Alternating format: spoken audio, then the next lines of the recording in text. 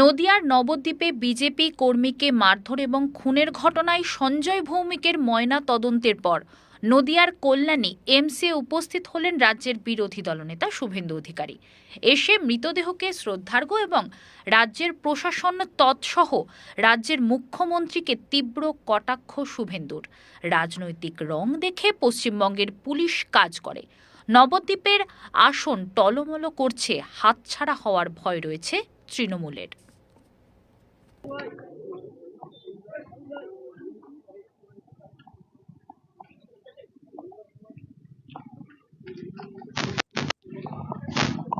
কল্পিত এবং রাজনৈতিক কারণে খুন হয়েছে এবং পরিবার অতিরঞ্জিত না করে তারক দাস সহ প্রকৃত খুনি 4 জনের নামেই এফআইআর করেছে। দুর্ভাগ্যজনক এটাও সত্যি যে আজকে 24 ঘন্টার বেশি, প্রায় 36 ঘন্টার বেশি অতিবাহিত হওয়া সত্ত্বেও একজনেরও গ্রেপ্তার হয়নি। এখানেই প্রমাণিত রাজনৈতিক রং দেখে পশ্চিমবঙ্গের পুলিশ কাজ করে। এই ঘটনাতে মারামারির কোনো সিন নেই। যাদের নামে অভিযোগ হয়েছে তৃণমূল কংগ্রেসের একটা গুন্ডা পান্ডা তারক সহ, তাদের কারোর চোট লাগেনি, ওয়ান সাইডেড হয়েছে। এবং সঞ্জয় অত্যন্ত পরিচিত ভারতীয় জনতা পার্টির কর্মী। আমাদের সম্প্রতি যে মেম্বারশিপ হয়েছে মেম্বারশিপও নিয়েছেন। ওর দিদি সাথী চক্রবর্তী আমাদের মহিলা মোর্চার ওই এলাকার ওই বিধানসভার একজন দাপুটে নেত্রী বা প্রথম সারির নেত্রী। স্বাভাবিকভাবে রাজনৈতিক কারণটাই মেন, কারণ নবদ্বীপ আসন টলমট করছে, তৃণমূলের হাতছাড়া হওয়ার পথে। লোকসভাতে রোহিঙ্গা বাংলাদেশি মুসলিম অবৈধ অনুপ্রবেশকারী ছাপ্পা ভয় দেখিয়ে মাত্র 6000-এর গ্যাপ। ওরা জানে এসআইআর হওয়ার পরে ওরা 20,000 ভোটে নবদ্বীপে হারবে। তাই এই ধরনের তাজা কর্মীদেরকে খুন করে যে যুবকরা পশ্চিমবঙ্গ বিজেপির প্রধান হাতিয়ার বা স্তম্ভ, এই যুবকদেরকে ভয় দেখিয়ে দিতে চায়।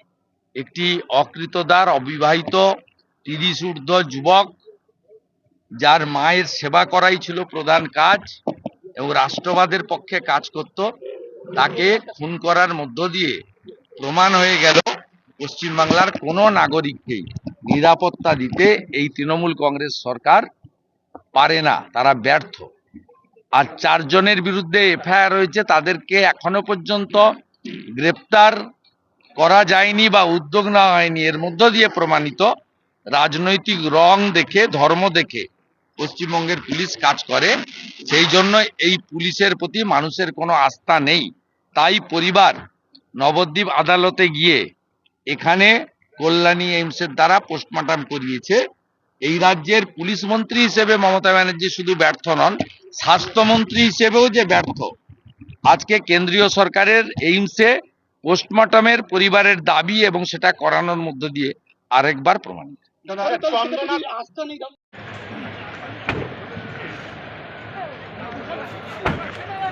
दीदी दीदी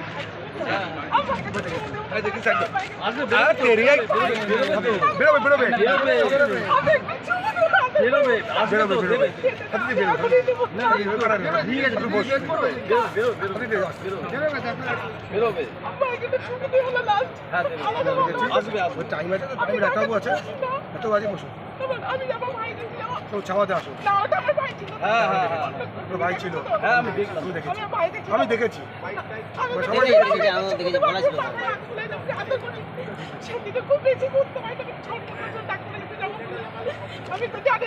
ঠিক আছে, বেরোবে তো এখনই বেরোবে।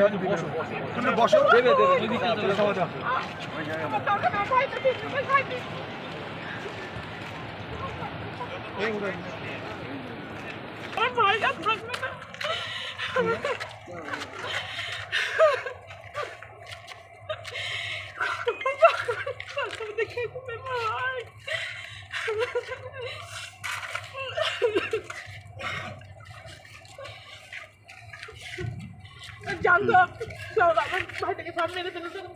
প্রক্রিয়া শুরু হয়েছে, আপনারা কি খুশি? হ্যাঁ খুশি। আপনারা তো চেয়েছিলেন, হ্যাঁ, আমরা চেয়েছি। আপনারা তো চেয়েছিলেন, হ্যাঁ, মানে রাজ্য সরকারের হাসপাতালে আপনাদের আস্থা ছিল না? না, না। কেন? কারণটা কি? কারণ ওই তৃণমূলের যে চেয়ারম্যানের আছে তো